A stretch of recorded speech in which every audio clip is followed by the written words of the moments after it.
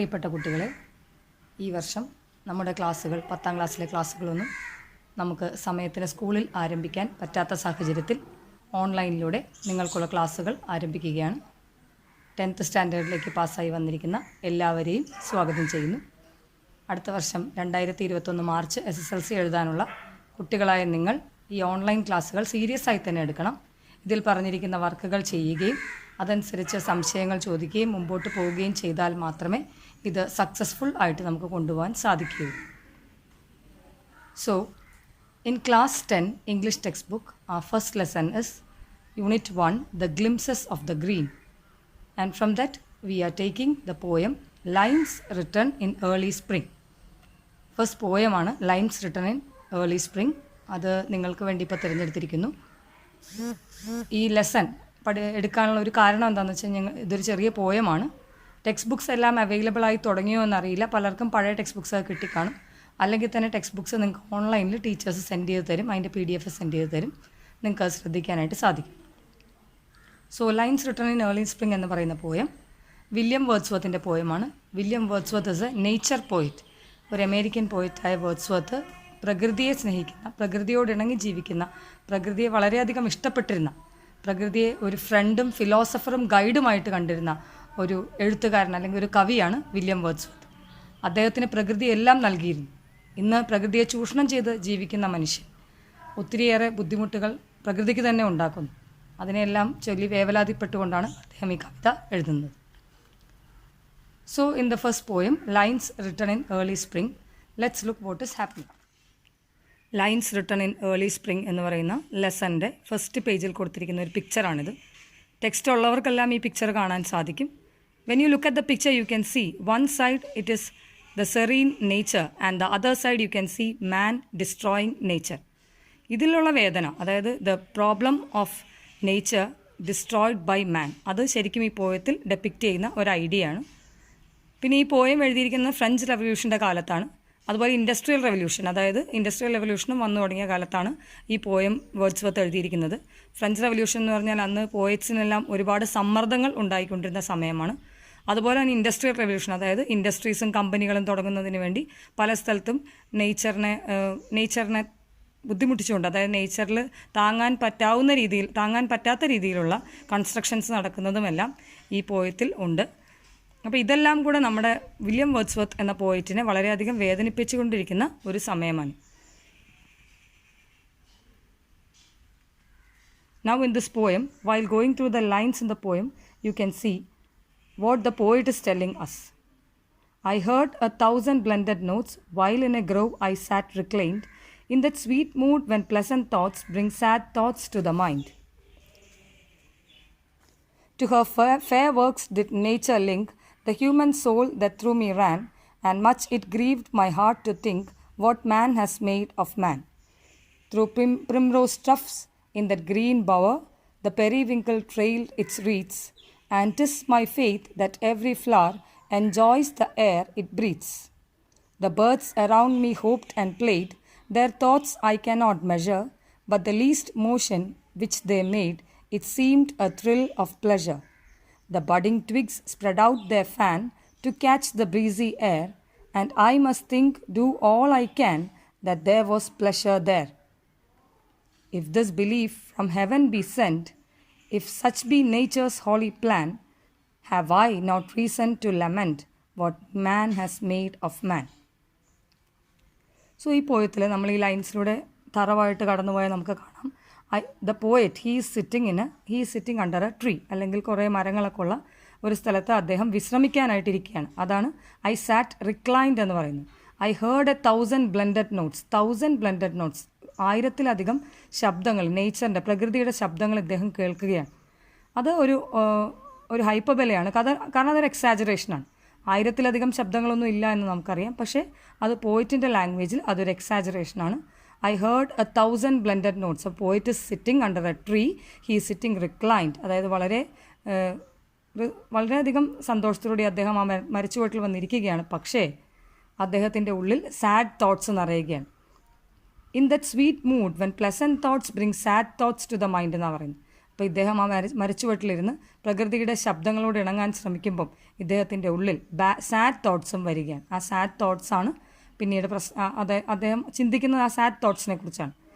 Nature is very pleasant, nature is having A sweet mood, but the poet is sitting with sad thoughts. ഇനി എന്താണ് ആ sad തോട്ട്സിന് കാരണമെന്നാണ് പോയിറ്റ് ഇനിയുള്ള ലൈൻസിലൂടെ വ്യക്തമാക്കി തരുന്നത്. To her fair works did nature link the human soul that through me ran. So nature is linking, nature പ്രകൃതി link ചെയ്യുകയാണ്. എന്തിന്? ഹ്യൂമൻ സോളിനെയാണ് ലിങ്ക് ചെയ്യുന്നത്. അതായത് മനുഷ്യൻ്റെ ആത്മാവിനെ നേച്ചറുമായി പ്രകൃതിയുമായി ലിങ്ക് ചെയ്യുകയാണ്. And much it grieved my heart to think what man has made of man. ഇനി ഇദ്ദേഹത്തിൻ്റെ ഹൃദയം എന്തുകൊണ്ട് വേദനിക്കുന്നു എന്നാണ് ഇദ്ദേഹം പറഞ്ഞത്. ഗ്രീവ്ഡ് എന്ന് പറഞ്ഞാൽ വേദനിക്കുക എന്നാണ്. He is grieving on what man has made of മാൻ. മനുഷ്യൻ പ്രകൃതിക്ക് ഉണ്ടാക്കിയ ദോഷങ്ങൾ അല്ലെങ്കിൽ പ്രകൃതിയോട് ചെയ്ത ക്രൂരതകൾ അത് പ്രകൃതിയെ ബാധിക്കുന്നത് ഇദ്ദേഹത്തിന് സഹിക്കാൻ പറ്റുന്നില്ല. അതാണ് what man has made of മാൻ എന്ന ലൈൻ കൊണ്ട് അദ്ദേഹം ഉദ്ദേശിക്കുന്നത്. So now the sad thoughts is there. He is grieving because he is grieving about the thoughts that human beings are making to, or the cruelties human beings are bringing to nature. ആ ക്രൂവൽറ്റീസ് ഓർത്താണ് ഇദ്ദേഹം ലമെൻറ്റ് ചെയ്യുന്നത് അല്ലെങ്കിൽ grieve ചെയ്യുന്നത്. ഇനിയുള്ള 3 സ്റ്റാൻസകളിലും അദ്ദേഹം പറയുന്നത് എന്താണ് ഇവിടെ സംഭവിക്കുന്നത് അല്ലെങ്കിൽ എങ്ങനെയാണ് പ്രകൃതിയുടെ ആ സന്തോഷങ്ങളെക്കുറിച്ചാണ് അദ്ദേഹം പറയുന്നത്. Through primrose tufts in the green bower. Green bower എന്ന് പറഞ്ഞാൽ നല്ല പ്രകൃതി സുന്ദരമായ നല്ല പച്ചപ്പൊക്കമുള്ള സ്ഥലം. The periwinkle trail its wreaths. Wreaths എന്ന് പറഞ്ഞു കഴിഞ്ഞാൽ ഇതിൻ്റെ എല്ലാം പെരിവിങ്കിൾ അതല്ല വള്ളി പോലത്തെ ചെടികളൊക്കെയാണ്. ആ ചെടികളെല്ലാം പടർന്ന് പന്തലിച്ചിരിക്കുന്നു.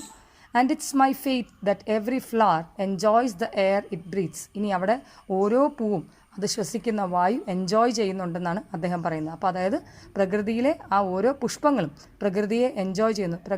പ്രകൃതിയെ അല്ലെങ്കിൽ നേച്ചറിനെ എൻജോയ് ചെയ്തുകൊണ്ടാണ് അവർ ജീവിക്കുന്നത്. അടുത്തത് the birds around me hopped and played. ഇനി ജീവജാലങ്ങൾ എടുക്കുകയാണെങ്കിൽ ബേർഡ്സിനെ എടുക്കുകയാണെങ്കിൽ birds around me hopped and played their thoughts I cannot measure. ഇനി ചുറ്റുമുള്ള ബേർഡ്സ് അതെല്ലാം ചാടി തുള്ളി നടക്കുകയാണ്. പക്ഷേ അതിൻ്റെ തോട്ട്സ് അതിൻ്റെ ഉള്ളിലുള്ള തോട്ട്സ് എന്താണെന്ന് ഐ കനോട്ട് മെഷർ പോയിട്ടിന് അറിയാൻ പറ്റുന്നില്ല.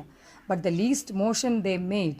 പക്ഷേ അവരുടെ ആ മൂവ്മെൻറ്റ്സിൽ നിന്ന് it seemed a thrill of pleasure. അവരെല്ലാം സന്തോഷവാന്മാരാണെന്ന് അവരുടെ ആ മൂവ്മെൻറ്റിൽ നിന്ന് തന്നെ അറിയാനായിട്ട് സാധിക്കുന്നു എന്നാണ് അദ്ദേഹം പറയുന്നത്. പിന്നെ അദ്ദേഹം പറയുന്നത് ദ ബഡിങ് ട്വിഗ്സ് പുഷ്പങ്ങളെക്കുറിച്ചാണ്. അതായത് വിരിയാൻ നിൽക്കുന്ന കൊച്ചു പൂമൊട്ടുകളെക്കുറിച്ചാണ്. The budding twigs spread out their fan. പൂമൊട്ടുകളെല്ലാം വിടരുകയാണ്. ഇനി എന്തിനാണ് ആ വിടരുന്നത്? To catch the breezy air.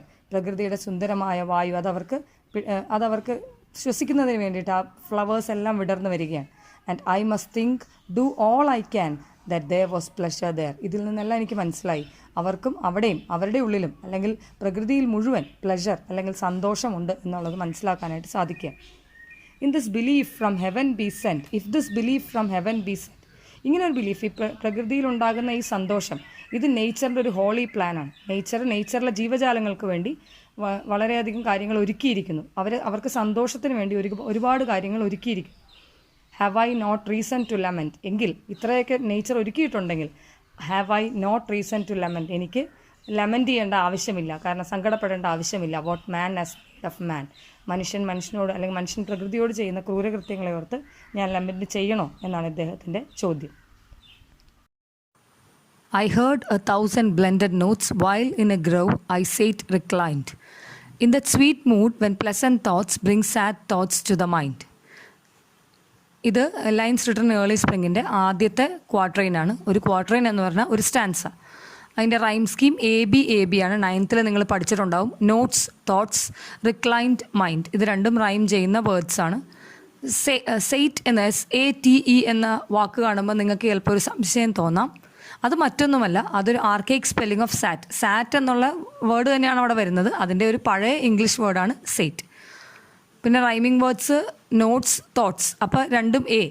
നോട്ട്സിന് A കൊടുത്താൽ റിക്ലൈൻഡ് ബി കൊടുക്കാം, തോട്ട്സ് എ കൊടുക്കാം, മൈൻഡ് വീണ്ടും ബി കൊടുക്കാം.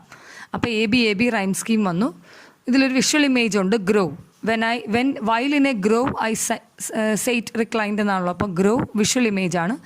ഒരു ഓഡിറ്ററി ഇമേജ് ഉണ്ട്, ഐ ഹേർഡ് 1,000 ബ്ലെൻഡഡ് നോട്ട്സ്. അത് ഓഡിറ്ററി ഇമേജ് ആണ്. അടുത്ത സ്റ്റാൻസയിലേക്ക് നമ്മൾ പോകുമ്പോൾ to her fair works did nature link the human soul that through me ran and much it grieved my heart to think what man has made of man. അതിൽ personification ഉണ്ട്. To her fair works, അവിടെ നേച്ചറിനെ ഒരു മനുഷ്യനായിട്ട് അല്ലെങ്കിൽ ഒരു സ്ത്രീയായിട്ട് അവിടെ ചിത്രീകരിച്ചിരിക്കുന്നതുകൊണ്ട് അവിടെ to her fair works did nature link line പേഴ്സോണിഫിക്കേഷന് ഉദാഹരണമാണ്. പിന്നെ മച്ച് മൈ അതിൽ അണ്ടർലൈൻ ചെയ്തിരിക്കുന്നുണ്ട് മ സൗണ്ട്. അടുത്ത ലൈനിലും അണ്ടർലൈൻ ചെയ്തിരിക്കുന്ന സൗണ്ട്സ് അത് അലിട്രേഷന് ഉദാഹരണങ്ങളാണ്. അലിട്രേഷനും പേഴ്സോണിഫിക്കേഷനും എല്ലാം നിങ്ങൾ 9th പഠിച്ചിട്ടുണ്ടാകും. അപ്പോൾ അതുകൊണ്ട് കൂടുതൽ എക്സ്പ്ലനേഷൻ ആവശ്യമില്ല. ഇത് ഞാൻ പറഞ്ഞല്ലോ എന്താണ് ആ സാഡ് തോട്ട്സ് ഉള്ളത് നമുക്ക് വ്യക്തമാക്കി തരുന്ന വരികളാണ് ഇത്.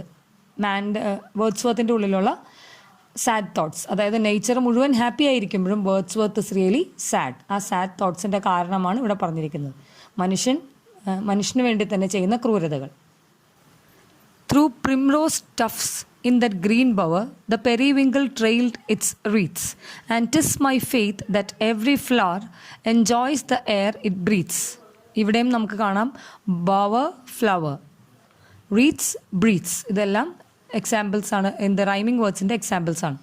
ഇവിടെ വിഷ്വൽ ഇമേജസ് ഉണ്ട്. പ്രിംറോസ് ടഫ്സ് ഉണ്ട്, ഗ്രീൻ ബവർ ഉണ്ട്, പെരിവിങ്കിൾ ഉണ്ട്, ഫ്ലവർ ഉണ്ട്. ഇതെല്ലാം വിഷ്വൽ ഇമേജസ് ആണ്. ഓൾഫാക്ടറി ഇമേജസും ഉണ്ട്. പെരിവിങ്കിളും പ്രിംറോസും ഫ്ലവറും എല്ലാം ഓൾഫാക്ടറി ഇമേജസിനും എക്സാമ്പിൾസ് ആണ്. പിന്നെ പേഴ്സോണിഫിക്കേഷൻ, ഇവിടെയും പേഴ്സോണിഫിക്കേഷൻ, അതായത് enjoys the air it breathes. അവിടെ enjoys the air it breathes. Breathe ചെയ്യുന്നത് സാധാരണ ഹ്യൂമൻ ബീങ്സ് ആണ്. അപ്പോൾ ഇവിടെ നമ്മുടെ ഫ്ലവർ ബ്രീത്ത് ചെയ്യുന്ന എയർ എൻജോയ് ചെയ്യുന്നു എന്ന് പറയുമ്പോൾ ഫ്ലവറിനെ ഒരു മനുഷ്യനായിട്ട് ചിത്രീകരിച്ചിരിക്കുന്നതാണ്. അപ്പോൾ അതുകൊണ്ട് തന്നെ അവിടെ ഒരു പേഴ്സോണിഫിക്കേഷൻ എക്സാമ്പിളാണ് അസൊനൻസ്. പെരിവിങ്കിൾ ട്രെയിൽഡ് ഇറ്റ്സ് റീറ്റ്സ്, അതിലെല്ലാം ഈ സൗണ്ട് വരുന്നുണ്ട്. അത് അസൊനൻസിന് എക്സാമ്പിളാണ്. അലിട്രേഷൻ പോലെ അല്ല അസൊനൻസ് വേർഡിൻ്റെ ഇടയിൽ വരാം. അടുത്ത സ്റ്റാൻസയിൽ നമുക്ക് കാണാം. The birds around me hopped and played, their thoughts I cannot measure, but the please motion which they made it seemed a thrill of pleasure.